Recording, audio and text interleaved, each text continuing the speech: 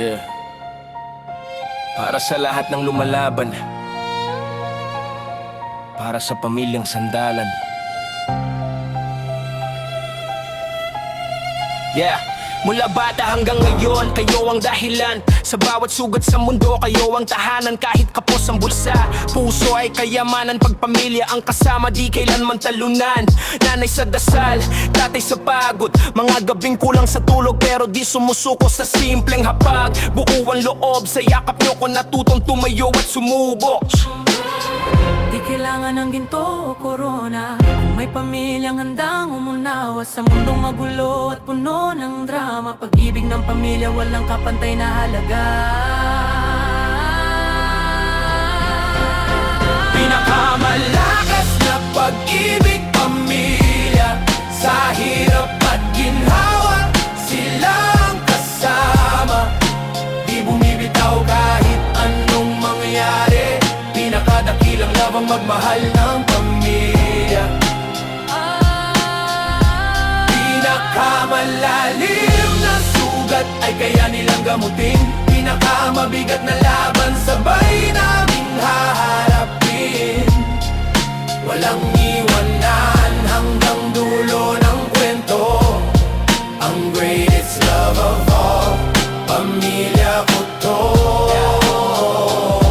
Ngayon ako na ang tatayo sa harap. Ako na ang sasalo, ako na ang lalaban. Oras na para suklian ang sakripisyo. Pagod nyo noon, ngayon ko babayaran mismo.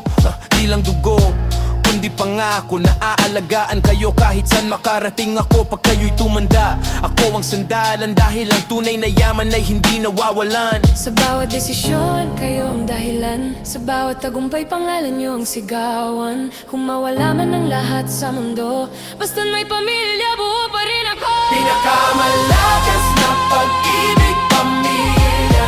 Sa hirap at ginhawa, sila ang kasama.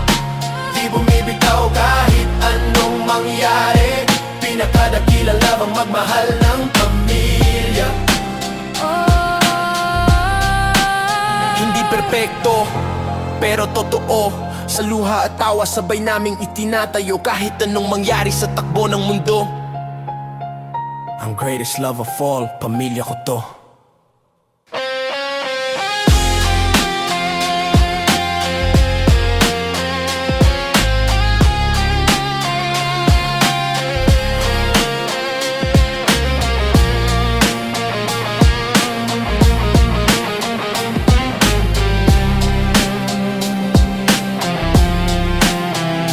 Pinakamalakas na pag-ibig pamilya.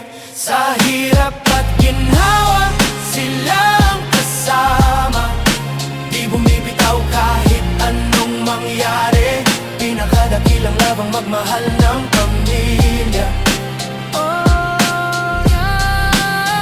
Hindi perpekto, pero totoo. sa luha at tawa sabay namin Tinatayo. kahit anong mangyari sa takbo ng mundo.